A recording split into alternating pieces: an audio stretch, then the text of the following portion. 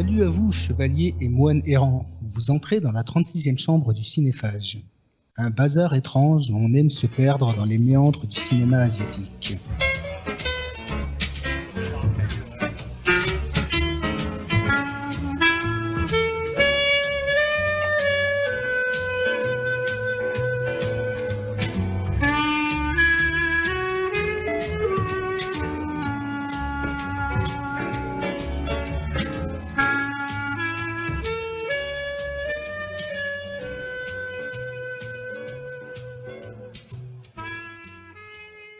Salut les cinéphages, bienvenue dans ce nouvel épisode de la 36e chambre du cinéphage où, comme très souvent, nous allons à nouveau parler de films de Hong Kong via des films de Johnny To réalisés avant la période Milky Way qu'il a fait connaître à l'international. Mais avant d'attaquer le vif du sujet, nous allons une nouvelle fois nous présenter. Donc je suis Aurélien, bonjour à tous et à toutes. Et salut Johan. Salut Aurélien et salut à toutes et à tous. Donc les films dont nous allons parler sont précisément Heroic Trio, que Johnny To a réalisé en 1993, enfin a co-réalisé avec Shin Soo-tung en 1993, et un autre film fait 4 ans plus tard qui se nomme Lifeline, qui est un film de pompiers. Alors donc nous allons commencer par Heroic Trio. Alors, pour faire très simple, si on a choisi ces deux films, notamment Heroic Trio, c'est parce qu'ils étaient assez différents de la période justement que tu as décrit auparavant, on va dire plus polar, qui a rendu Johnny To célèbre à l'international. Et en fait, c'était intéressant de revenir justement sur ses débuts. Et justement, toi qui connais mieux que moi le Johnny To on va dire pré-polar, qui c'était à cette époque? Au moment où il fait Heroic Trio, c'est qui Johnny To dans l'industrie du cinéma de Hong Kong? On va commencer dès le début, mais on va faire vite, puisqu'on va pas traiter toute la filmographie de Johnny To dans le détail, puisque sinon il faudrait un épisode de 150 heures. Donc en fait, Johnny To, c'est un réalisateur qui a commencé sa carrière à la télé, à la TVB, comme beaucoup de réalisateurs de la nouvelle vague hongkongaise. Et d'ailleurs, son premier film, réalisé en 1980, se situe dans le courant de cette nouvelle vague. C'est un film qui se nomme The Enigmatic Case. C'est un film de sabre assez curieux, qui peut un peu faire penser de loin au Butterfly Murder de Tsui Hark, par rapport à sa mise en scène très libre, au fait que ça a été tourné principalement en extérieur, au fait que le film présente de nombreuses expérimentations visuelles et rythmiques aussi. D'ailleurs, toutes ces expérimentations annoncent, je trouve, beaucoup les polars qu'il réalisera à partir de la fin des années 90 au sein de sa maison de production, la Milky Way Images. Mais malheureusement pour lui, le film a été un échec cinglant et Johnny To va retravailler pour la télé pendant 6 ans. Donc ensuite, dès 1986, il devient un artisan de studio. On va dire à cette époque, c'était un artisan de studio qui était considéré comme compétent, mais assez impersonnel, parce que disons que son nom, c'était jamais ce qu'on retenait de ses films en fait. Genre par exemple, il avait fait en 88 The Big Hit, mais The Big Hit, on s'en souvient surtout pour Tsui Hark et David Wu qui ont finalement terminé le film et l'ont remonté jusqu'à en faire quelque chose qui n'avait plus rien à voir avec le scénario d'origine. Donc Johnny To était un peu à la 5e roue du carrosse, on dira. De même, il avait fait un film qui s'appelle All About Along, qui a rapporté un gros succès, qui a même eu des prix au Hong Kong Film Awards, par exemple.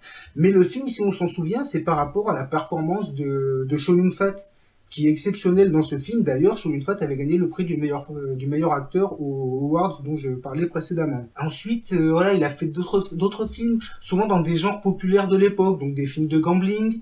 Il a fait du Stephen Chow aussi, avec Mad Monk et Justice My Foot, qui sont pas forcément les meilleurs Stephen Chow, ceci dit. Il a aussi fait un remake de film de Shang-Chi, ce qui se faisait pas mal aussi dans les années 90, qui est The Barefooted Kid, et aussi donc les Heroic Trio. Enfin, Heroic Trio et sa suite, dont on parlera ensuite, Executioners, en 1993. Donc c'est-à-dire que voilà, Johnny To, c'était un cinéaste plutôt estimable et estimé, mais comme je disais, considéré comme un artisan de studio qui faisait bien son boulot, alors que dès qu'il a commencé à monter sa propre boîte, voilà, à travailler à la Milky Way, là, il y a vraiment un style, des thématiques, tout ça qui se sont dégagées et qui font qu'il était autant considéré comme une sorte de mogul que comme un auteur aussi. Et alors arrive Heroic Trio, qui est donc sorti en 1993, si je dis pas de bêtises, et qui en fait est un film un peu particulier à plusieurs reprises, puisque En fait, il intervient donc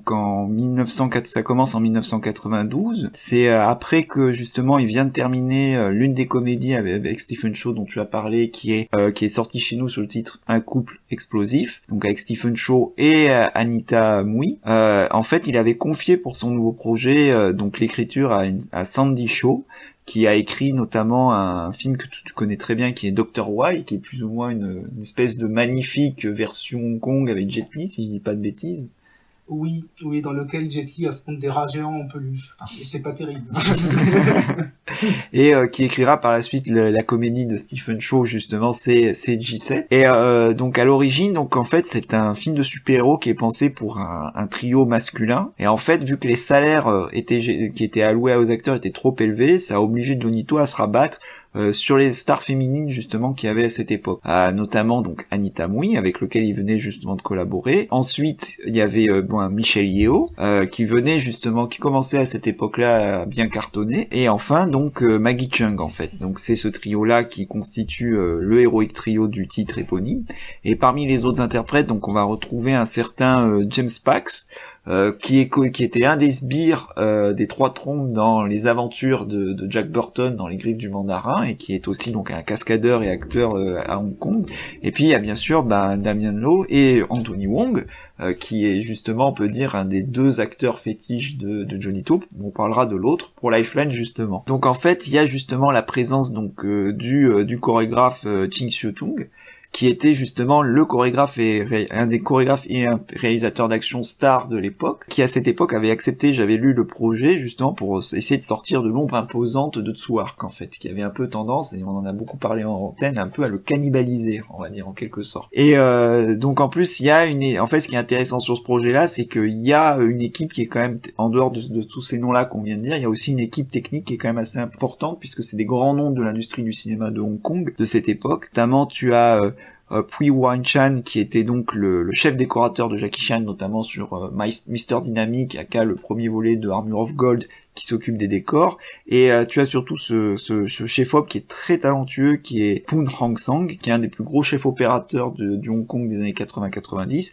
Pour vous dire, c'est lui qui a fait la photo de l'histoire de Fantôme Chinois, de Center Stage, et qui a été encore actif dans les années 2000, puisque c'est lui qui a fait le maître d'armes de Ronnie Yu, et je l'ai vu au générique de Septet, The Story of Hong Kong. Voilà, qui n'est toujours pas sorti chez nous, alors qu'il devait sortir chez Metropolitan. Et donc en fait, c'est un film qui intervient, on peut le dire, donc c'est l'histoire, on va faire très simple, d'un héroïque trio, donc qui est joué qui est respectivement Tung, qui est une justicière masquée, et qui en fait enquête sur l'enlèvement de nouveau-nés commis justement par Ching, qui est joué par Michelle Yeoh, puisque Tung c'est justement Anita Mui, et en fait donc ces nouveau-nés sont enlevés par donc le personnage de Ching joué par Michelle Yeoh dans les souterrains de la ville pour le compte d'un espèce de démon souterrain typique justement du folklore chinois, justement fantastique.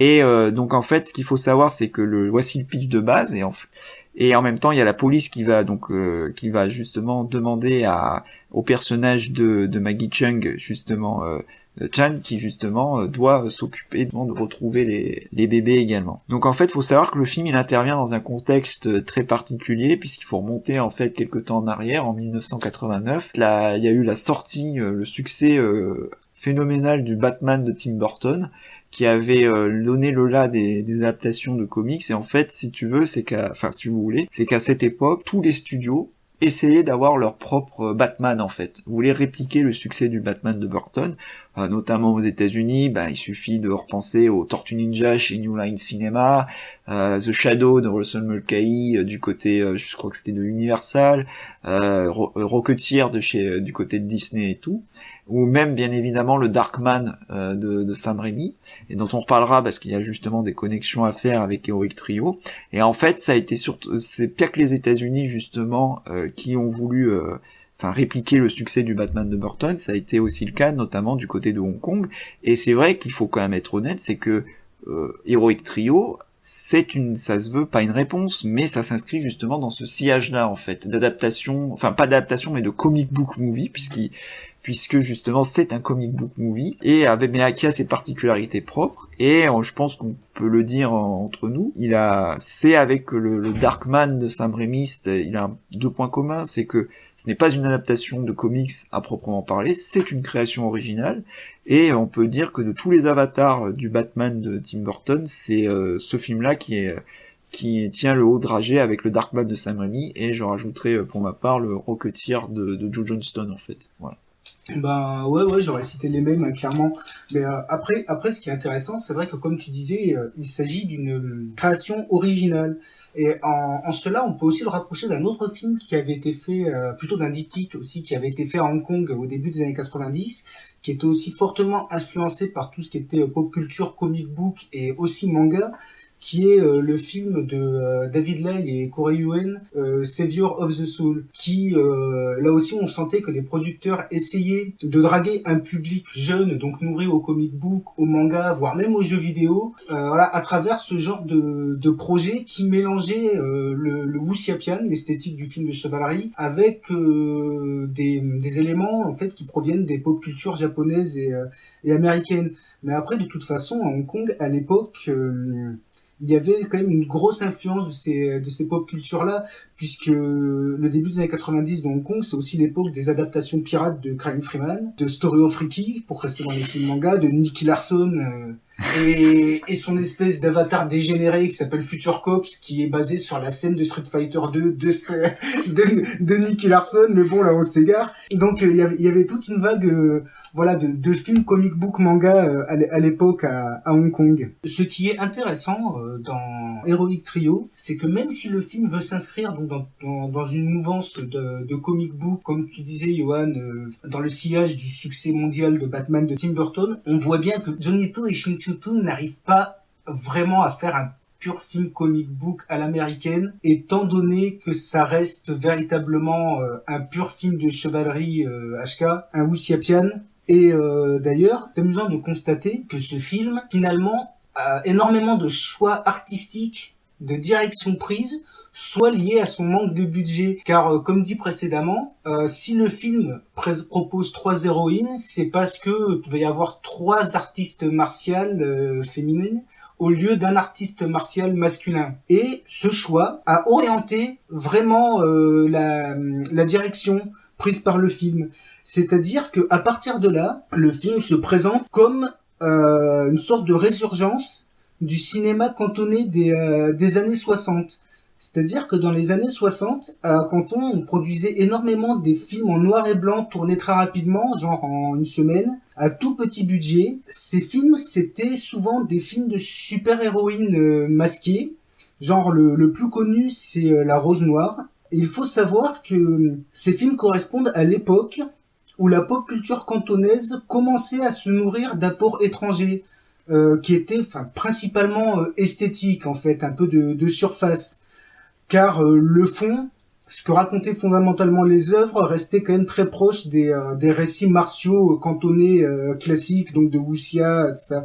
Mais malgré tout, dans l'esthétique, il y avait énormément d'influence des comics de Marvel et de toute la vague de films d'espionnage à la James Bond. Voilà, visuellement, ça nourrissait le cinéma cantonais de l'époque et ça a créé ce genre de film de super-héroïnes auquel finit par se référer le Heroic Trio de Shin Soo-Tung et Johnny To. Comme je le disais, ce genre de film de super-héros, finalement, était une sorte de transposition contemporaine du wuxiapian, du film de sabre, tout comme les Heroic Trio en 1993. Car le film, si on regarde à l'époque, au début des années 90, il s'inscrit clairement dans la vague de néo-wuxiapian. C'est une vague qui a été en grande partie initiée par Tsuyark et Shin Soo-Tung avec l'énorme succès de Swordsman 2. Les caractéristiques de cette vague de films, c'était, pour vite dire, des combats complètement fous et hyperactifs qui étaient ultra câblés et surdécoupés,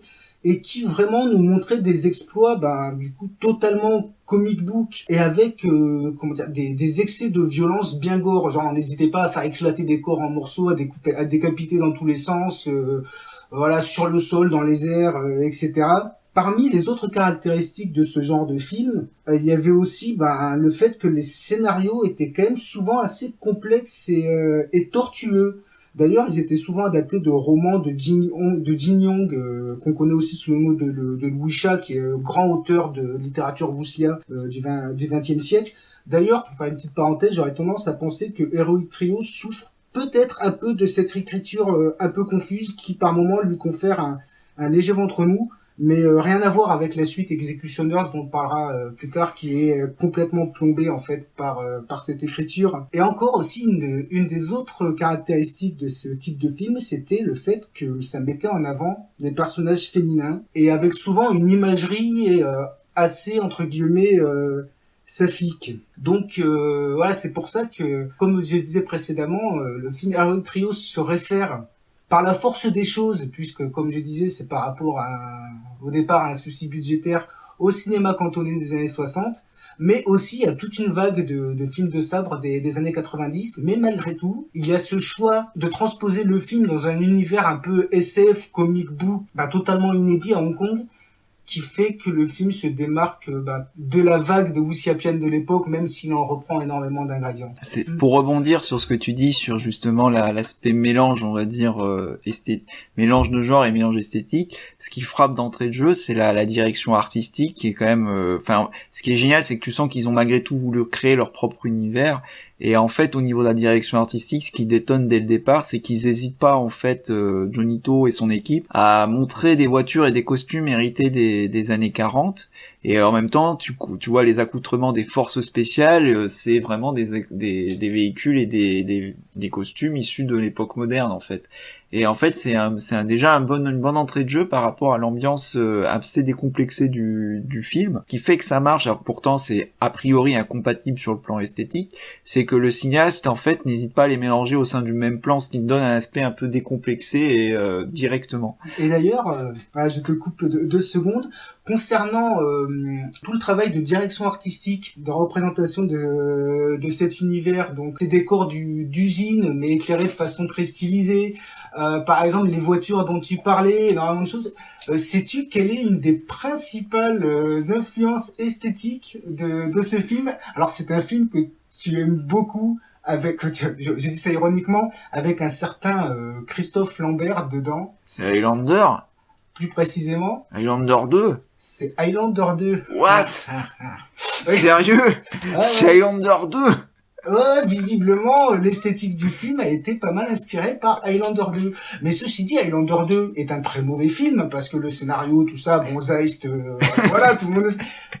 Mais esthétiquement, il y a des choses intéressantes. Donc, oui, je pense c'était pas une mauvaise idée d'aller piocher, en fait, dans les quelques qualités que proposait ce mauvais film. D'accord, wow. Et aussi, ce que je trouve intéressant, c'est que donc, il y a cette esthétique un peu influencée par Highlander 2 et tout, et qui se confronte, à ce que je disais tout à l'heure, à l'esthétique de wuxia. C'est-à-dire que tout ce qui se déroule à la surface, donc c'est cet univers comic book, très stylisé, et dans le film, tout ce qui se déroule au sous-sol, donc le royaume de l'eunuque maléfique, là, pour le coup, les costumes, les décors et tout sont vraiment issus du cinéma de chevalerie chinois.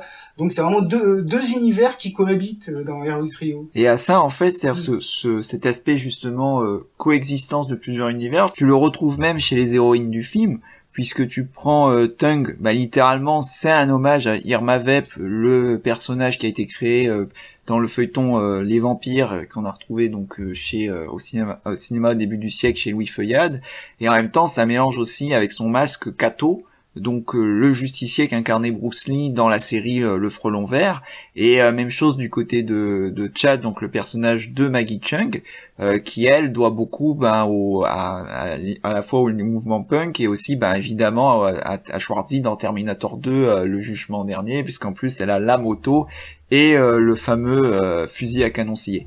En fait, celle qui se rapprocherait le plus de l'aspect, on va dire, plus wuxiapian, justement, c'est le personnage de Michelle Yeoh, justement Ching, puisque c'est elle qui, en fait, ne serait-ce que dans sa caractérisation, tu retrouves en fait l'aspect un peu tragique que tu avais justement dans pas mal de films de Wu Zhaopian des années 90 justement. Je pense notamment aux productions Tsoyar comme Green Snake, etc. Et aussi, il y a une influence de la femme invisible, des 4 Fantastiques, clairement, notamment de Stan Lee et de Jack Kirby. Ce qui est intéressant, c'est que au-delà de ce mélange, voilà, de mélanger, on va dire, la culture populaire asiatique et nord-américaine, voire occidentale, t'as pas, on va dire, de hiérarchisation directe, même si c'est plus dû au contexte justement particulier du cinéma de Hong Kong, parce que c'est vrai qu'il y a un côté cinéma d'exploitation aussi très assumé, notamment t'as des scènes qui sont clairement du gros cinéma bis de catégorie 3, hein, c'est-à-dire clairement, notamment un passage avec un nouveau-né justement qui est assez tragique et tout, mais où c'est totalement assumé en fait. Il y a vraiment un côté même des éclats gore, notamment dans le climax vis-à-vis des gosses, etc., qui se veulent un peu subversifs, qui sont typiquement dans le cinéma d'exploitation, mais ça empêche pas le Johnny To d'y mettre un peu de petite critique déjà avant l'heure de la question justement parce qu'on approchait déjà à cette époque de la rétrocession de Hong Kong, et t'as effectivement le démon chinois qui insiste pour qu'il y ait un empereur, etc. Et en fait, c'est justement ce contre quoi les héroïnes vont justement combattre. Et il y a effectivement question aussi d'embrigadement, puisque le personnage de Michelle Yeoh Ching, justement, est un personnage qui se révèle être, alors c'est pas vraiment un gros spoil, mais la sœur de Tung, et qui justement ont été séparés à la naissance. Donc il y a déjà l'idée qu'en fait d'une certaine critique de l'embrigadement et du pouvoir chinois sur Hong Kong. Après effectivement, c'est pas aussi traité de manière aussi on va dire efficace, et aussi de manière, enfin pas tellement efficace, mais plutôt traité de manière hyper développée comme ça pouvait être le cas justement chez Tsui Hark, mais néanmoins c'est présent quand même. Et à ce titre, en fait, ce qui est aussi intéressant, c'est que au-delà de ce genre de genre, c'est que c'est tout bête, hein, ce qu'on va dire, c'est que t'as vraiment le trio qui est super attachant, très humain, et notamment, en fait, ce qui est intéressant, c'est que le Johnny To, ça a beau être je veux dire, à cette époque, un artisan touche à tout, il y a quand même cette idée d'assumer aussi, alors ce qui n'était pas tout à fait le cas encore à cette époque, à part justement chez un type comme Sam Raimi sur Darkman, l'aspect, on va dire, traiter sérieusement l'aspect dramatique, le background dramatique des personnages. Et je pense notamment à l'histoire d'amour qu'a Ching avec justement le scientifique et une peut pas aimer, qui renvoie justement à toute une tradition du comic book des années 60. Je pense notamment à l'incroyable Hulk, qui est un personnage très tragique chez les univers Marvel. T'as déjà cette idée-là, en fait. Tu vois, malgré tout, d'essayer de travailler ça un peu sérieusement, enfin, d'assumer le premier degré de ces personnages, quand bien même ils évoluent dans des univers bariolés, en fait. Et c'est ça, en fait, qui rend le film intéressant, c'est-à-dire qu'il y a en même temps il y a un côté très décomplexé, très fun, mais en même temps, il sait doser ses effets, notamment pour tu adhères au personnage et que tu aies de l'empathie pour ces dernières. En fait.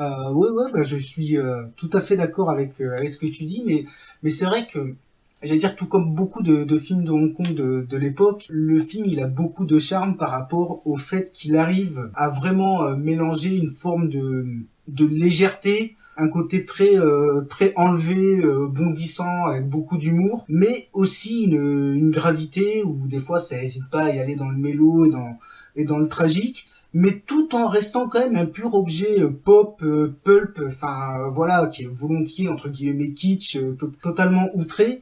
Et d'ailleurs, ce qui est intéressant dans ce film, c'est que, comme tu le disais tout à l'heure, il y a un aspect à la fois ultra naïf, dans le bon sens du terme, mais aussi ultra déviant. Parce que, oui, effectivement, c'est un film qui date de 1993, à une époque où il y avait un autre genre, même si à la base c'est une classification, mais c'est finalement devenu un genre qui émergeait à Hong Kong, qui est la catégorie 3. Et je pense que la présence de Anthony Wong dans le rôle du sbire principal de l'eunuque n'est pas étrangère à ça, puisque Anthony Wong, c'était vraiment un des acteurs cultes de la catégorie 3. Et c'est vrai que dans Heroic Trio, la façon dont il campe son personnage, bah, c'est avec des excès qui font énormément penser à ce qu'il pouvait faire dans les films de catégorie 3. Je pense par exemple au moment où il arrive dans une gare, qui sort une guillotine volante, qui se met à décapiter tout le monde. Le passage où il se fait couper un doigt, et bah, qu'est-ce qu'il fait avec son doigt? Bah, il le mange. On le voit aussi manger des oiseaux, enfin vivants. Hein. Le film, il est plein de débordements bis qui peuvent être très très surprenants si on regarde ça d'un point de vue spectateur occidental qui s'attend à du comic book movie tel qu'on en faisait à Hollywood, puisque le film, comme je disais, il a beau avoir un côté, très naïf, ça malgré tout, c'est ultra violent par moment. Par exemple, il y a des bébés qui se font massacrer, mais c'est surprenant dans le sens où on voit les héroïnes faire des choses qui sont totalement inimaginables normalement dans ce genre de gros spectacle comic book populaire. Je pense à une scène, donc dans l'histoire, l'eunuque qui vit dans le monde souterrain, il capture des enfants, et en fait ces enfants deviennent des espèces d'êtres démoniaques, et à un moment, on voit donc des enfants genre âgés de 4-5 ans, pas plus, en train de s'entre-dévorer des bébés, ça. Ce que je disais tout à l'heure, mais je voulais pas trop, voilà. Et là, t'as le personnage de Maggie Cheung, qui voit ça, et le spectateur se dit, elle va essayer, de trouver un moyen de les sauver, de les faire redevenir humains, ou quoi que ce soit. Non, elle sort une grenade et elle les explose. Et donc t'as tous les bébés qui pètent, faut dire, c'est le genre de truc, tu vois, c'est de la pure catégorie 3 à ce moment-là, enfin, même si le film n'est pas classé catégorie 3. Et c'est vrai que c'est très étonnant, en fait, ces excès dans un film populaire avec une certaine légèreté, comme je disais.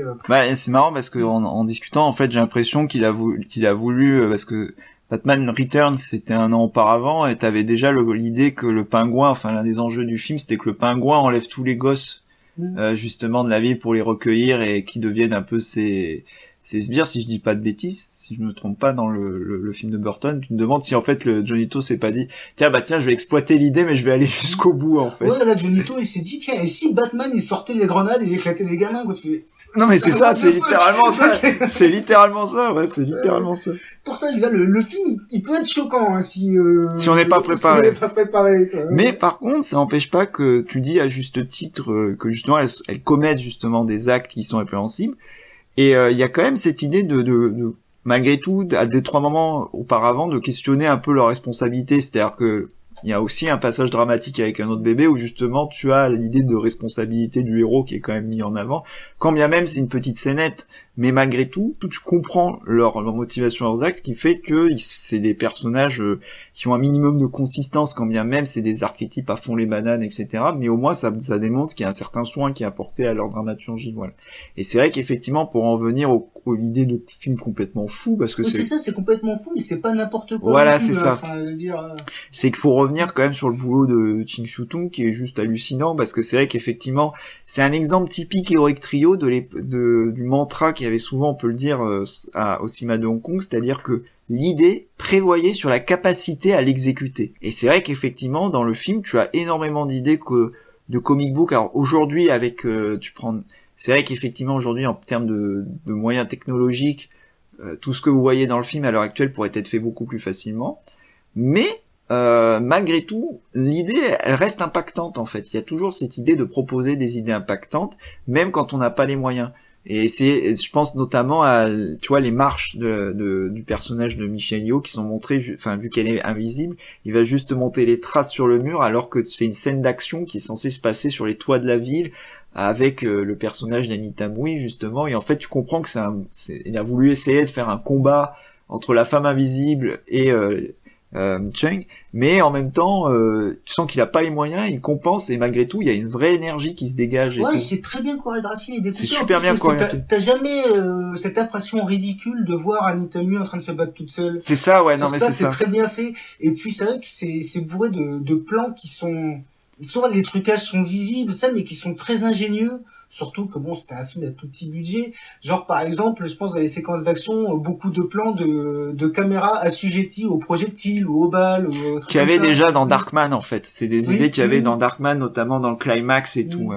Et aussi, pareil, on retrouve aussi le plan signature de Ching Shu-tung qui fait toujours son petit effet et qui balançait dans tous les wuxia, et là on le retrouve, qui est ce plan où t'as la caméra donc très très proche du sol avec un grand angle qui fait un travelling avant très très rapide au milieu des personnages qui sont en train de courir, de se battre. Ce plan-là, il marche toujours très bien dans les films de Ching Shu-tung, et là on le retrouve une fois de plus. Et ce qui m'avait marqué, c'est aussi, en parlant des effets de caméra, c'est à la fin, la caméra au moment où ils affrontent le climax, enfin le bad guy, qui devient une espèce de, alors c'est une idée complètement folle, hein, mais pourquoi, et moi je la trouve, qui pourrait être très bis, mais je la trouve tellement géniale, le bad guy devient littéralement un squelette façon Terminator 2, enfin qui s'extrait des flammes un peu à la manière de Terminator 2, et en fait il essaie de s'agripper au corps de l'une des héroïnes, et justement... Mais c'est ça, c'est les os en fait, voilà, entoure le corps d'une des héroïnes, et il devient comme une sorte d'exosquelette, mais qui la parasite. C'est ça, c'est hallucinant. C'est génial. Et puis le finish de cette scène. Ah ouais, on vous dit pas plus. C'est fou. C'est un film fou. Mais pour en venir, c'est vrai qu'effectivement, t'as des idées au moment à ce moment-là, c'est-à-dire que t'as vers la fin, t'as la caméra qui s'envole, qui traverse la fumée, qui rejoint les héroïnes justement. T'as une idée que ça fait un peu film muet quelque part, un peu. Tu sais, les idées justement un peu à les ailes de William Wellman et tout. T'as l'idée que la caméra va un peu dans tous les sens et tout. Enfin, se faufile là où elle peut. Mais c'est vrai que là où c'est assez fou, c'est que le film, malgré tout, en termes de spectaculaire pur, si on est fan de ce film de super-héros, j'imagine même pas la tête que devaient faire les quelques lecteurs de comic book quand ils ont vu l'attaque justement de la banque. La scène de la gare. Ouais, la scène de la gare, ouais.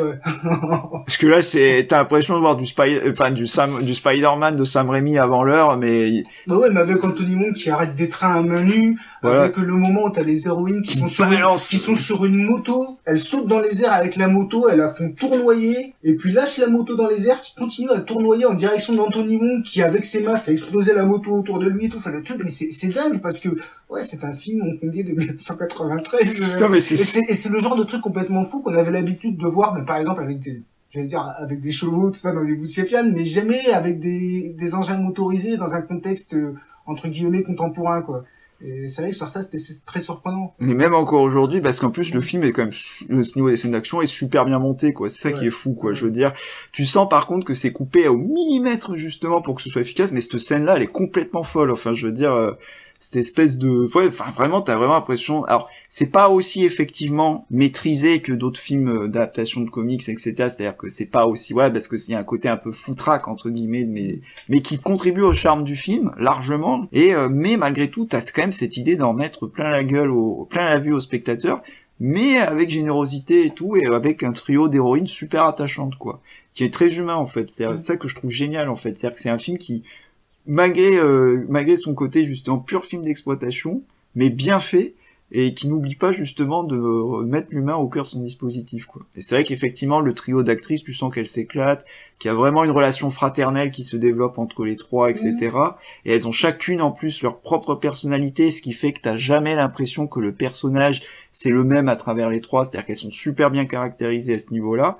Et c'est vrai que ça fonctionne du tonnerre. Puis j'aime bien, c'est que... En plus, dès leurs premières apparitions, je pensais à la première apparition de Maggie Cheung, c'est un régal, puisque en fait le personnage c'est vraiment la badass du groupe, et sa première apparition, si je me souviens bien, elle attaque un groupe de bandits, c'est ça, en s'asseyant sur un bidon vide, et elle met un bâton de dynamite dans le bidon décolle, et elle, dans les airs, assise sur le bidon, elle sort le fusil à pompe, elle est sur les types, tu fais, mais c'est fou, enfin, je veux dire, non, mais c'est vraiment un chouette film. Puis même les conflits qu'elles ont en elles, pareil, encore une fois, ils fonctionnent, c'est-à-dire que le fait justement que elles ne puissent pas s'entendre au début enfin, il y a le fameux truc, est-ce qu'elles vont s'associer pour combattre le crime, etc.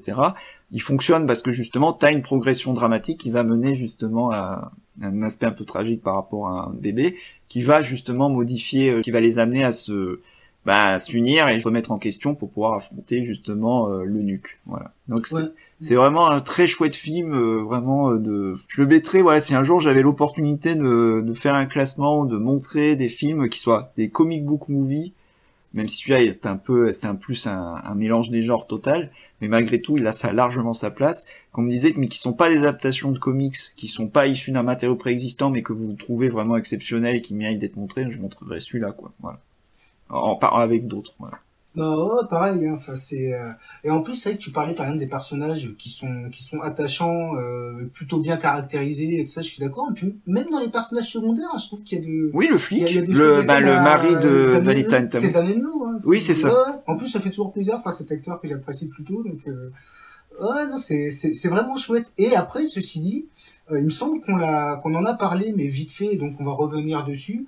C'est que Heroic Trio, comme on disait, c'était un film à petit budget, mais d'autant plus petit que finalement le budget a servi à concevoir deux films. c'est-à-dire Heroic Trio, et une suite qui se nomme Executioners, qui est aussi donc co-réalisée par Johnny To et Shin Soo-tung, donc en 1993. Alors on va rester moins longtemps sur Executioners parce que c'est un film qui, à notre avis, je pense que tu es d'accord avec moi, fonctionne moins bien. Après, il y a quelque chose de très intéressant dans Executioners, et c'est là qu'on voit vraiment l'ingéniosité et le système D quand même des réalisateurs hongkongais de l'époque. C'est que le film, il a été tourné, on va dire, dans les mêmes décors. Et qu'on n'a pas l'impression. Et on n'a vraiment pas l'impression, car c'est pas du tout la même atmosphère. Je veux dire, c'est pas agencé de la même façon. T'as vraiment l'impression que ça se déroule dans un autre univers. Et sur ça, c'est intéressant. Mais le problème du film, c'est qu'il est bourré de bonnes intentions qui ne fonctionnent qu'à l'état embryonnaire. Si tu veux, je peux te laisser... en fait, si tu veux, ce qui est triste, c'est qu'il a un concept qui est extrêmement couillu sur le papier, c'est de faire table rase, en fait, quasiment du côté comic book movie, du premier film, et d'aller plus vers la fable post-apo politique, on peut le dire, hein, parce que, encore une fois, il est question de manière à peine détournée de la rétrocession de Hong Kong, mais en fait, c'est... Pour vous dire, ce film-là se déroule dans un futur post-apocalyptique où il y a eu une explosion nucléaire, et en fait l'enjeu principal c'est la question de l'eau potable. Et au milieu t'as le trio d'héroïne, en fait, pour faire très simple. Hein. Et l'idée est super couillue, j'adore l'idée de faire table rase, de passer sur autre chose. Le problème qu'il y a, c'est qu'on tombe dans tous les travers des mauvais films post-apo, comme il y en avait plein à l'époque. C'est-à-dire, c'est plus un film de couloir, en fait. On peut le dire, il y a très très peu, on va dire, il y a des très bonnes idées, encore une fois, mais comme tu l'as dit, il y a très bien dire.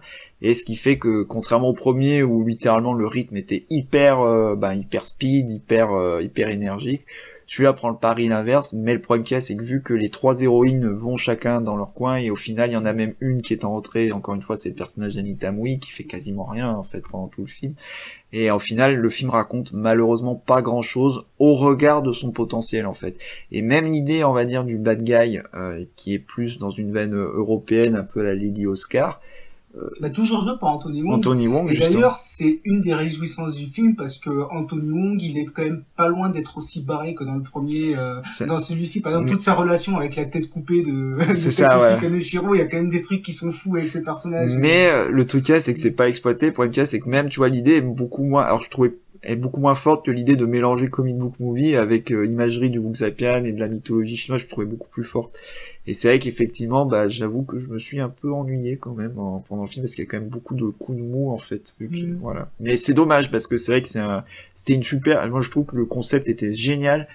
Après, c'est l'exécution, quoi. Ouais, c'est ça, parce qu'il y a de très, dans le film, on trouve de très chouettes chorégraphies, avec, des idées graphiques quand même assez percutantes. Il y a des moments d'explosion de violence. Je pense, par exemple, à la mort de certains des personnages principaux, qui fait son petit effet, c'est-à-dire il y a vraiment des bons petits moments de cinéma comme ça, épars dans le film, mais malheureusement, oui, il y a ce problème de rythme où tu as l'impression qu'il y a toujours de l'exposition tout le temps, qui rend le rythme laborieux, alors que le 1 était plus fluide, mis à part un petit ventre mou à un moment, mais le 1 était beaucoup plus fluide, et surtout que le film, il a aussi un problème de ton. C'est-à-dire que le premier, il arrivait à être tragique par moments, à proposer une certaine gravité, mais tout en réussissant à marier ça avec, comme je disais, un côté plus léger, plus enlevé. Et celui-ci, je trouve qu'il essaye d'être beaucoup trop noir et mélodramatique, mais de façon quasiment monolithique en fait. Et ça fait que des fois on se demande mais qu'est-ce qu'ils ont essayé de faire exactement en termes de ton, puisque tous les débordements bis, ils ont beau être réjouissants, ils paraissent un peu déplacés car le film plus sérieux, finalement est beaucoup trop sérieux et mélo en fait pour faire fonctionner ça. Et j'ai l'impression qu'il y a une question de dosage qui s'est perdue entre les deux films. Après, ça reste quand même à voir. Après, tu vas revenir parce que le film a quand même eu un petit héritage Heroic Trio, notamment. C'est que, notamment, c'est au niveau des chorégraphes. Je voulais revenir dessus. C'est que c'est, l'un des chorégraphes qui est l'un assistant de Shin Soo-tung qui était Don Yam, qui a par la suite bossé sur Black Mask de Daniel Lee où il a assisté Yen Wu-ping. Et après, il est parti aux États-Unis et il a assisté Yen Wu-ping sur Matrix Reloaded et Revolutions. Et ensuite, il a été appelé par Sam Raimi en personne pour faire justement les chorégraphies de combat, pour être le chorégraphe de combat de Spider-Man 2. Je pense que le moment est venu de conclure concernant Heroic Trio. Alors, au final, il n'a pas très bien marché à Hong Kong. Il a eu cependant des Hong Kong Film Awards. Genre, il me semble, concernant la chanson de titre chantée par Anita Nui, il a eu quelques nominations pour les chorégraphies, pour la bande originale, mais comme je disais, ça a été un échec public, que ce soit le premier et le second film. Mais par contre, même s'il n'a pas été remarqué à Hong Kong, il a été assez rapidement remarqué en Occident. En tout cas, dans une niche culte.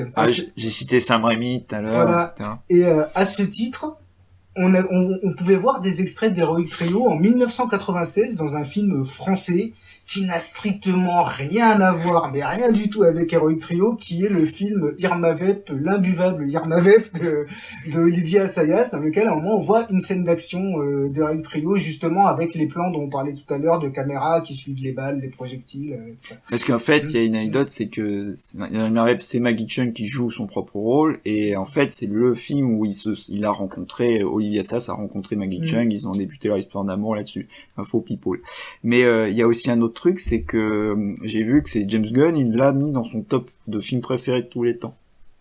Ah ouais? Ouais, il est dans son top de films préférés de tous les temps, ouais. Mais ça m'étonne pas. Oui, c'est vrai, ça me surprend pas. J'étais pas au courant, mais ça ne me surprend pas.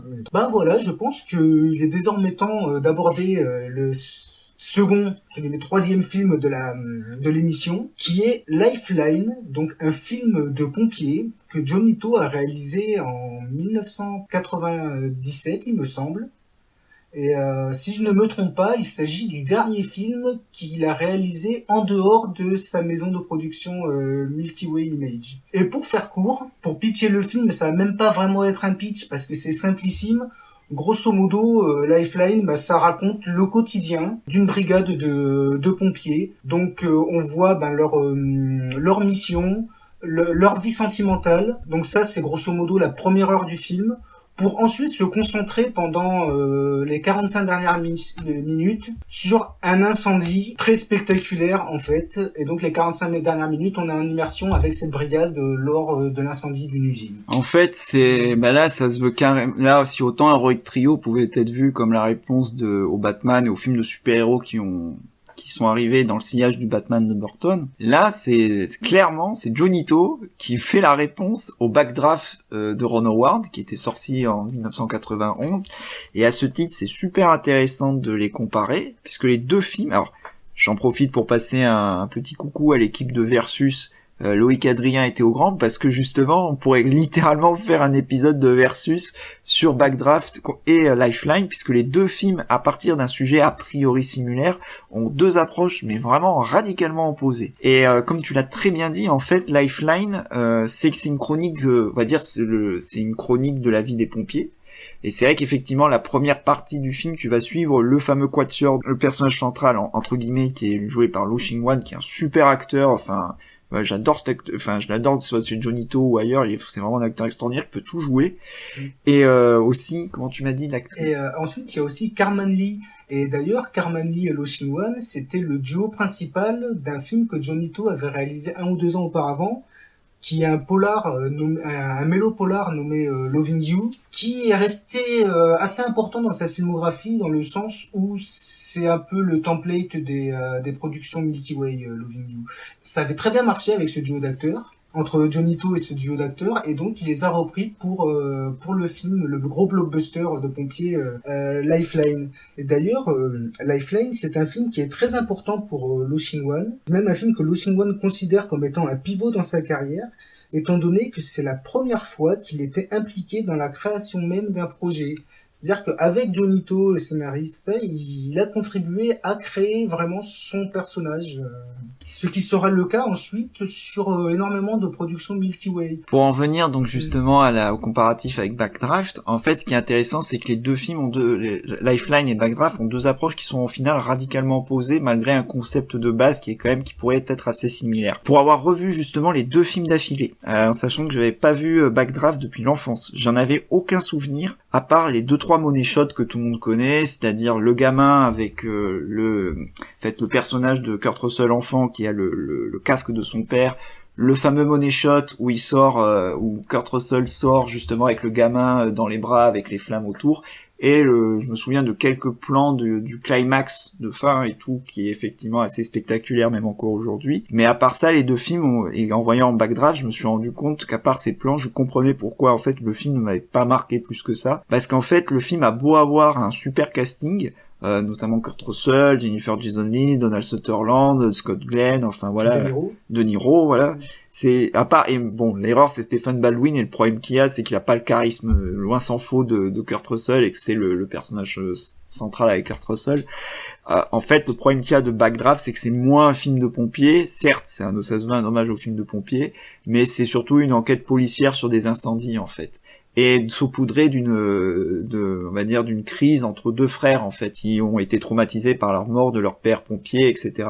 Le film a quand même, sur 2h11 de film, t'as que, on va dire grosso merdo, une demi-heure à tout casser de scènes d'incendie et tout, qui sont pas inintéressantes, même si ça reste assez sobre et classique, et là-dessus, je peux pas en vouloir ni à Ron Howard, ni aux équipes de la pyrotechnie, ainsi qu'aux équipes d'ILM, parce que tu sens qu'ils avaient fait tout ce qu'ils pouvaient à leur époque, parce qu'il faut savoir quand même une chose, et c'est très important pour la suite, c'est que les conditions de sécurité à Hollywood ne sont pas les mêmes que celles de Hong Kong. À Hong Kong, il y avait souvent une réputation, entre guillemets, de cascade, c'est une expression qu'il y avait souvent, ils disaient ces cascadeurs, des fois suicidaires et tout, au niveau de la pyrotechnie, ils allaient loin.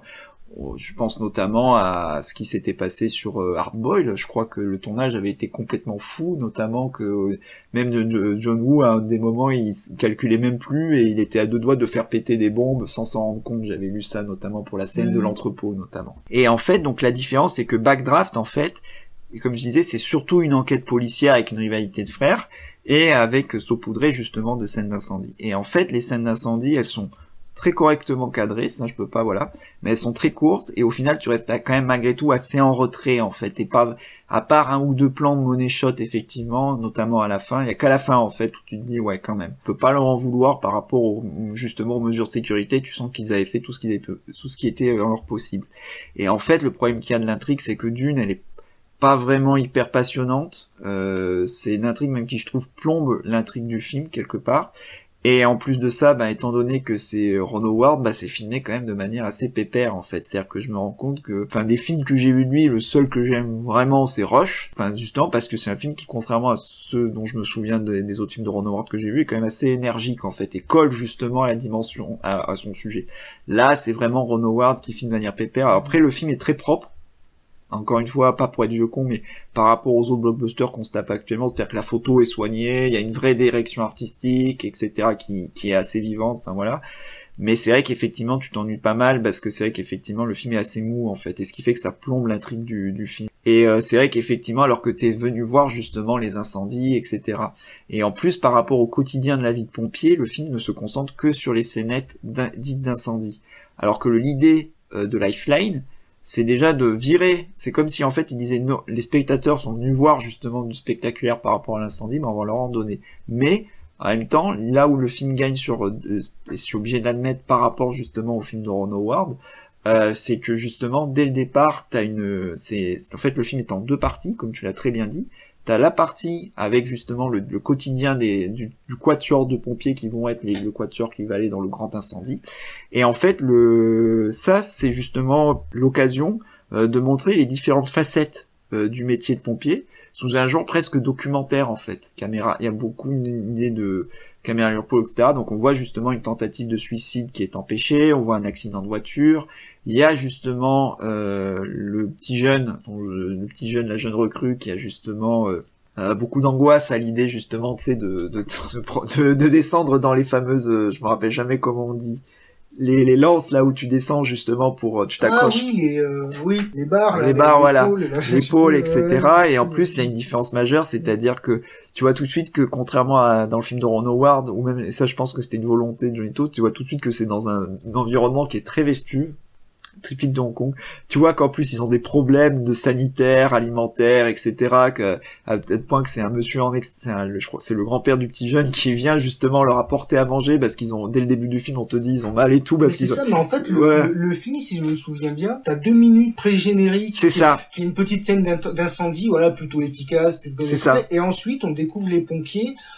en train de vomir. Ouais, parce qu'ils ont une intoxication alimentaire à cause justement de leurs équipements qui sont vestus, etc. Donc tout de suite, t'as un contraste qui est quand même hyper violent avec justement. Mais en plus d'ailleurs, ça pose directement un peu une des caractéristiques du film, c'est que quasiment tout ce qu'on va voir durant la première heure, ce sont des échecs. Oui, c'est ça. Et ce qui rend finalement les 45 dernières minutes assez galvanisantes, puisque au bout d'un moment, on s'attache à ces personnages et ouais, ça fait mal au cœur de les voir sans cesse échouer. Et là, on se dit, là, c'est le moment où ils doivent réussir. Et effectivement, finalement, il y a ce truc galvanisant en fait sur la fin. En fait, comme tu l'as très bien dit, c'est des échecs. C'est à la fois des échecs professionnels parce que sans spoiler, ils arrivent pas à sauver un enfant. Et d'ailleurs, il y a un truc qui est quand même très intéressant à ce niveau-là. Et t'as un des autres pompiers qui justement apprend qu'il a une enfant, mais sa compagne, avec lequel il s'était séparé, est une junkie. Elle finit à l'hôpital. Etc. En fait, t'as énormément. Oui, il y a aussi leur capitaine qui devient paraplégique. C'est ça, ouais, c'est ça. Dès la première mission, en fait. C'est ça. Et en fait, c'est pour ça que Lo Shin-hwan justement va reprendre les rênes de l'équipe justement parce qu'en fait, c'est sa première vraie mission en fait quand il intervient juste dans le grand incendie. Et en fait, t'as aussi une différence dans le traitement de la mise en scène notable, c'est-à-dire que dans la première partie du film, tout est en urgence. C'est des travelling agressifs, des mouvements, des panoramiques hyper violents, des zooms, mais qui collent. T'as un sentiment d'urgence qui est tout le temps palpable, et ce qui fait que le film a un côté très nerveux, en fait, dès le départ, mais qui colle justement au quotidien des pompiers, qui sont tout le temps en urgence, etc.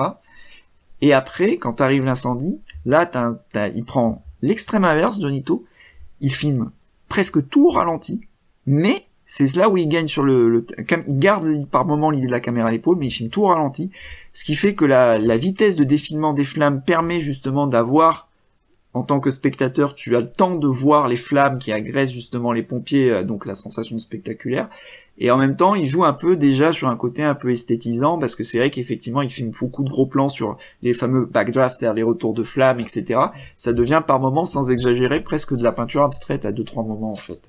Et en fait, ce qui fait que il gagne sur les deux tableaux, à la fois en tant que représentation du quotidien des pompiers, et à la fois, on va dire, sur le plan du pur spectaculaire. Alors, ce que tu disais sur la première partie, oui, je suis assez d'accord, mais je trouve que ce qui est intéressant, c'est qu'il y a des moments, en fait, où Johnito va jouer sur des contre-rythmes, et je pense en particulier à pour moi, un des meilleurs moments, en fait, de la première moitié du film, qui est justement la scène où la brigade échoue à sauver le bébé. J'allais jouer dire. C'est une séquence de vestiaire. Donc en fait, on voit tous les pompiers en train de déconner dans les vestiaires parce ils pensent avoir réussi à sauver l'enfant. Puis à ce moment-là, il y a la pompière en fait qui apparaît dégoulinante de pluie dans les vestiaires et qui leur annonce la mort du bébé. Et là, toute l'agitation en fait se fige et donc il y a un grand moment de silence à ce moment-là, donc qui contraste avec l'agitation dont Johan parlait précédemment. Et il me semble que c'est une des dernières séquences justement avant le grand climax d'incendie d'usine. C'est ça. C'est ça. En fait, si tu veux, c'est que ce qui est intéressant sur cette scène, c'est que ça aussi, par contre, il y a quand même un aspect un peu film d'exploitation, parce que tu retrouves par moments des touches d'humour typiques du cinéma de Hong Kong, même si elles sont intégrées de manière beaucoup plus organique du fait que justement le sujet le demande. Ce qui est intéressant, c'est que en fait à la base elle dit à son copain qu'en fait elle voulait pas de bébé à la base, et en fait quand elle a vu le bébé crever dans les bras, enfin crever en mission, finalement elle veut le garder. Ça pourrait être une scène que certains pourraient qualifier de, tu sais, anti-avortement et tout. Mais en fait, la manière dont elle est filmée et tout, tu comprends qu'en fait, c'est juste une scène de contre-coup psychologique, en fait. Purement ça, en fait. Il y a rien de plus, c'est vraiment traité juste sur cet angle-là. T'as une sorte on va dire, de traitement psychologique qui fonctionne assez bien, en fait. Même si, tu vois, tu pourrais dire qu'il y a un trait un peu grossier dans la caractérisation du drama qu'il y a à chaque personnage, mais ça fonctionne parce que, justement, t'as un aspect très pris sur le vif, très, voilà, qui fonctionne à merveille. Oui, non, mais je suis d'accord, parce que c'est vrai que le film, il est à la fois entre une approche intimiste, comment dire, relativement réaliste, mais qui est aussi quand même, en tout cas pour la première heure, mais qui est aussi mêlé avec un côté un peu, je veux pas dire c'est péjoratif, mais un peu soap, Enfin, je veux dire, par moments un peu sucré. Genre, par exemple, je pense à la scène où Carmanie tente de se suicider en sautant de plusieurs étages et que Lo Xingwan la sauve. On pourrait se dire que c'est un peu cucu, un peu soapside, mais ça marche super bien parce que les acteurs sont excellents et ça donne beaucoup de charme à la séquence. Je trouve que le film, voilà, il est des fois à deux doigts de sombrer un peu dans une, je dis ça entre guillemets parce que je le pense pas vraiment, mais dans une forme de niaiserie. Mais malgré tout, il y a quand même une part de réalisme et surtout de travail d'acteur et aussi de mise en scène qui fait que ça évite ça de justesse et ça s'avère quand même très plaisant à suivre pendant 1 heure, même si le gros du film, c'est effectivement les trois derniers quarts d'heure, quoi. Bah, en fait, c'est simple, c'est Jonito qui a vu le climax de Backdraft et il s'est dit, je vais en faire un 40 minutes, moi. Et c'est vrai qu'effectivement, ça, c'est encore aujourd'hui, je peux dire, c'est un des derniers, je sais pas toi ce que t'en penses, mais d'après ce que j'ai compris, c'était un des derniers, ils avaient foutu toute la pied, enfin, ils ont tout foutu, quoi. T'as l'impression que les mecs, ils ont voulu faire le summum de la pyrotechnie hongkongaise. Alors, c'est vrai qu'effectivement, c'est un truc ils étaient très spécialistes. On a parlé en avant de ce qui s'était passé sur Hard Boiled, mais je repense notamment à d'autres films, c'est genre, Police Story 2, le climax, qui se passait justement dans un entrepôt, ils font littéralement tout péter, etc. T'as l'impression qu'ils ont voulu faire la même chose, mais sur, ça, voilà. Ou même Crime Story de Kirk Kong, où t'as un moment où t'as Jackie Chan qui est dans un bâtiment désaffecté, qui est en train d'exploser, et il court en évitant littéralement les murs de flammes, et ça a été fait sans trucage, et les trois derniers quarts d'heure de Lifeline jouent sur ce principe, c'est-à-dire que la production, elle a acheté un vieux bâtiment, ils ont foutu le feu, et ils ont tout filmé. C'est-à-dire que voilà, donc il y avait l'équipe technique qui portait des combinaisons ignifugées. Ils avaient aussi des bouteilles d'oxygène. Enfin bon, bien sûr, à l'instar des acteurs qui étaient en costume de pompiers. Donc il faut savoir qu'il y a eu beaucoup de blessés, de membres de l'équipe qui ont fini à l'hôpital parce que ça a été un tournage, c'est quasiment suicidaire. C'est-à-dire que vraiment, ils ont foutu tout le monde dans un bâtiment et ils ont tout fait péter. Et moi, ce que je trouve fou, c'est que par exemple, en termes de mise en scène, tout à l'heure, Johan parlait de Backdraft, où Backdraft, c'est vrai que dans mes souvenirs, parce que ça fait très longtemps que j'ai pas vu le film, mais le film n'arrive pas trop à être immersif. C'est vrai, c'est-à-dire que je trouve que la mise en scène, il y a une sorte de mise à distance, et les passages spectaculaires, ça va être justement des gros money shots, mais qui vont être filmés de loin, alors que là, en fait, le principe, c'est vraiment de jouer sur une immersion, une proximité totale avec les pompiers. On aurait pu penser, vu la configuration, donc de tout faire péter et tout ça, que par exemple les caméramans soient à distance et filment ça, donc justement avec des longues focales qui permettent de filmer ça à distance pour justement éviter le danger. Mais pas du tout. Non. Là, le film, il est filmé avec des focales courtes, où donc tu comprends que justement les cadreurs, ils sont littéralement au milieu des flammes avec les acteurs, justement pour pouvoir valoriser le plus possible et donner donc cette sensation de proximité, d'immersion. Donc ça va jouer sur énormément, par exemple, de contre-plongée pour renforcer l'héroïsme, avec aussi beaucoup de plans en fait de contre-plongée avec le plafond qui prend feu, et c'est des plans qui sont hallucinants, qu'on pourrait croire en CGI, tellement il y a quasiment une atmosphère fantastique qui se dégage de certaines de ces images.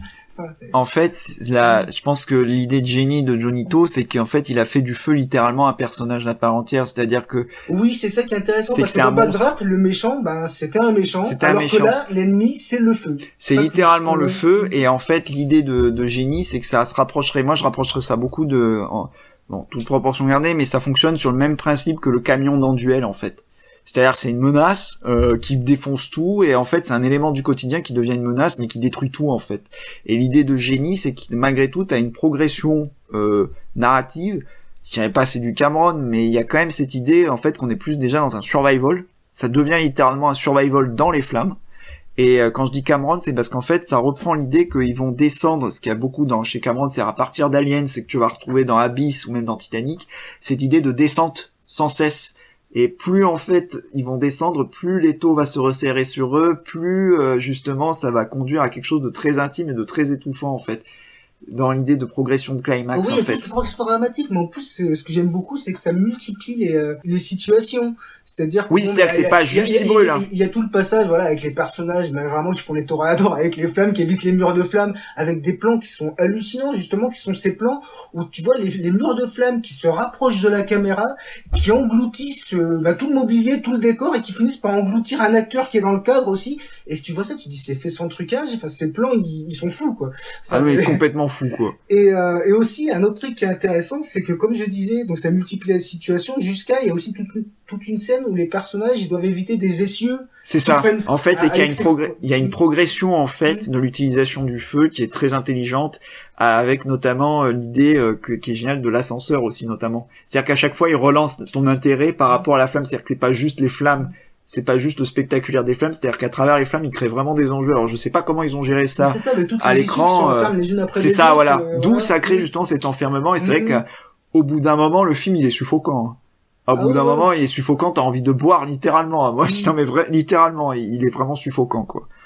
Et aussi, ce que je trouve très chouette comme idée, c'est que ces séquences d'incendie et donc la façon dont les pompiers interagissent avec les flammes, c'est un travail de chorégraphe martial.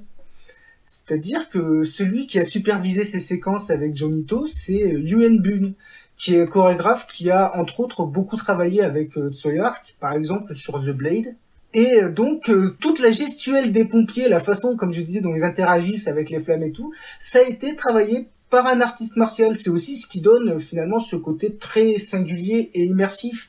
Et quand je dis immersif, parce que Yuen Bun, c'est vrai, quand tu vois un truc comme The Blade, le mec il joue vraiment sur ce côté viscéral, immersif, au plus proche de l'action. Bon, voilà, mais c'est vrai qu'en plus il y a l'idée, encore une fois, qu'ils doivent sauver deux jeunes employés de cette usine et tout. Enfin, non, mais c'est vraiment impressionnant comme film. Ouais. C'est vraiment. Comme je disais, c'est suffocant. En termes de pyrotechnie, je rajouterais juste un truc, c'est que j'ai jamais vu aussi spectaculaire, mais vraiment, à part dans la lettre inachevée de Mikhail Kalatozov, qui est pareil dans la même démarche suicidaire, j'en dis pas plus. Où là c'est littéralement Lifeline mais en puissance 1000 quoi. Alors je vous laisse imaginer pour ceux qui ne l'ont pas vu, qui verront Lifeline, qui diront ah ouais non vous en pouvez plus, c'est suffocant. Je vous laisse imaginer la lettre inachevée, c'est ça. Puissance 1000, voilà. Mais ce qui est pas étonnant, parce que le cinéma soviétique de l'âge d'or des années 50, 60, proposait des choses totalement démesurées qui n'ont aucun équivalent actuel, genre la fameuse adaptation de Guerre épée. Mais bon, là on va divaguer totalement, on n'est pas sur un podcast sur le cinéma russe, donc... Mais voilà, pour en venir, voilà. Et c'est vrai qu'effectivement, dernière chose, c'est vrai que même le plan un peu à la Michael Bay à la fin où ils sont en mode, on repart à l'action à chaud au ralenti, même là il fonctionne quoi. Le plan qui pourrait être un peu pompeux et tout, il fonctionne super bien parce que c'est vrai qu'effectivement il y a cette idée que comme ils disent c'est juste notre boulot quoi, tu vois. Et ça renforce Mais de toute façon le film je l'aime beaucoup mais il a un petit côté entre guillemets cheesy. Genre par exemple, je disais la première heure qui fonctionne bien mais qui a un petit côté soap par exemple. Puis il y a aussi, comme tu disais, les plans un peu à la Michael Bay aussi, qui sont accompagnés souvent par une bande originale. Qui essaie de faire Raymond Wong, et essaie de faire du Hans Zimmer. Hein. C'est du Hans Zimmer joué avec un synthé bon tant pis, grosso modo. Ouais, c'est ça. Mais dans le film, ça passe. Ça passe, ça fait le taf. Il y a une certaine efficacité, mais oui, c'est vraiment du Hans Zimmer au bon tant pis. D'ailleurs, Hans Zimmer qui faisait la BO Bad Drive, hein. Donc tout est lié. Oui, tout à fait. Et juste pour terminer. Dans le film, mais ça une petite information inutile mais qui fait plaisir, on y trouve un caméo d'un autre acteur qui sera un des comédiens fétiches de Jonito. Il s'agit de Lam Suet. Donc Lam Suet, c'est le mec qui bouffe tout le temps dans les films de Jonito. Et là, on le voit apparaître, mais genre 10 secondes, dans le rôle d'un pyromane fou. Justement, c'est celui qui fout le feu à l'usine où se déroule le climax. Et donc on l'aperçoit comme ça vite fait, en plus en train de cabotiner, genre c'est le mec complètement taré qui a foutu le feu à l'usine. Et c'est marrant, tu te dis tiens, lui on le reverra dans plein de films de Jonito. Et aussi ça me fait penser que Lo Sing-wan, donc l'acteur principal de Lifeline, qui sera ensuite dans énormément de films de Jonito, je me souviens plus si on a dit qu'il avait un des rôles principaux de Executioners. Non, justement, c'était leur première collaboration. D'accord. Donc je pense que le moment est venu d'en finir avec Lifeline. J'en suis pas sûr, mais il me semble qu'il a plutôt bien marché, contrairement à Heroic Trio. Le film a lui aussi remporté donc des Hong Kong Film Awards en ce qui concerne par exemple le meilleur son et le meilleur montage. Et puis pas mal de nominations justement pour les chorégraphies, parce que c'est vrai que des chorégraphies entre guillemets martiales contre du feu, c'est quelque chose qu'on avait jamais vu auparavant. Je sais pas, en tout cas j'ai pas d'autres exemples. Déjà. Donc il avait été nominé pour ça, il avait été aussi nominé pour la mise en scène, pour certains comédiens. Et donc pour terminer, une petite anecdote concernant Jackie Chan, car apparemment Jackie Chan a souvent déclaré que Johnny To lui aurait volé l'idée du film. Et ensuite, en me renseignant sur le site HK Cinémagie, il le confirme. Parce que dans une interview accordée au Ciné News de novembre-décembre 1991, Jackie Chan a déclaré qu'il avait pour projet de faire un film donc qui devait rendre hommage aux pompiers de Hong Kong. Le titre, c'était Firefighters.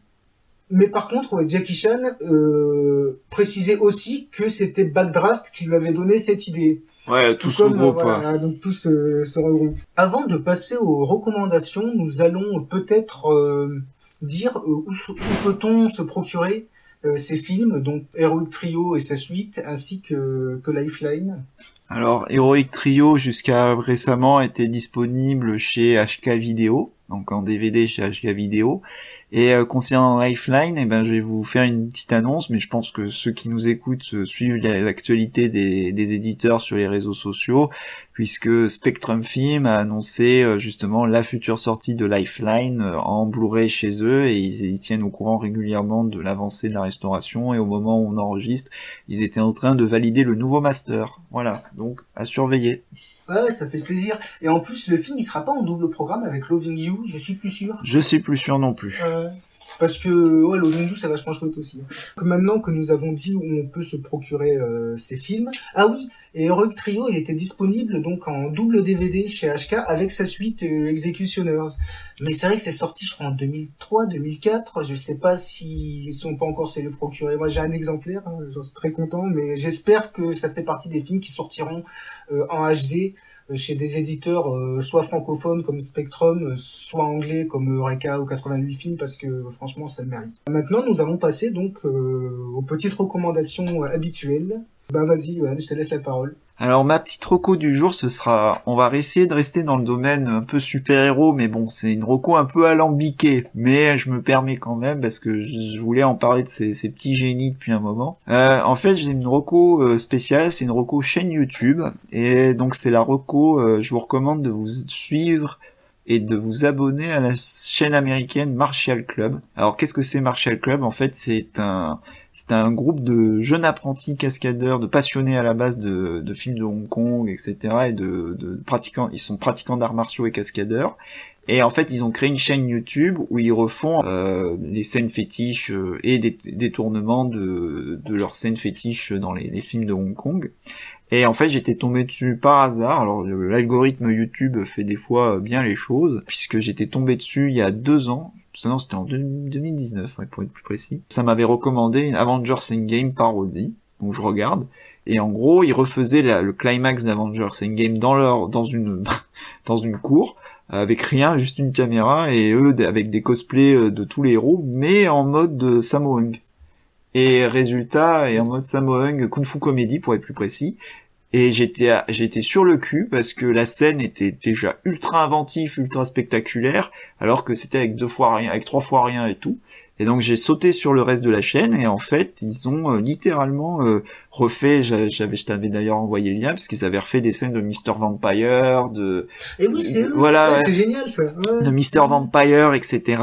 Et donc en fait ils ont même d'ailleurs fait des publicités avec Jackie Chan et en fait c'est un groupe qui a eu donc, comme on peut le voir, beaucoup de succès, au point qu'ils ont été appelés professionnellement, puisqu'il y a un des membres de l'équipe qui a été dans Shang-Chi récemment. Il fait un des sbires de Tony Leung dans Shang-Chi, et ils ont été appelés par les Daniels pour faire toutes les chorégraphies de combat du film avec Michelle Yeoh, Everything Everywhere All at Once, qui est donc le film avec Michel Yeo qui a été distribué par A24 et qui est ce qu'on appelle un sleeper, puisqu'apparemment c'était un film que personne n'attendait et qui a été un petit succès, notamment aux États-Unis. Quand j'avais vu le trailer, quand j'ai vu qu'ils étaient dans les extraits et tout, j'étais trop content pour eux parce que justement, vu que je suivais leur chaîne YouTube, je conseille vraiment d'aller voir, de voir et de vous abonner à la chaîne Marshall Club, parce qu'à mon avis, c'est les petits jeunes qu'on va entendre beaucoup parler dans les années à venir. Voilà. Ouais, carrément. Et puis d'ailleurs, on attend Everything Everywhere All at Once avec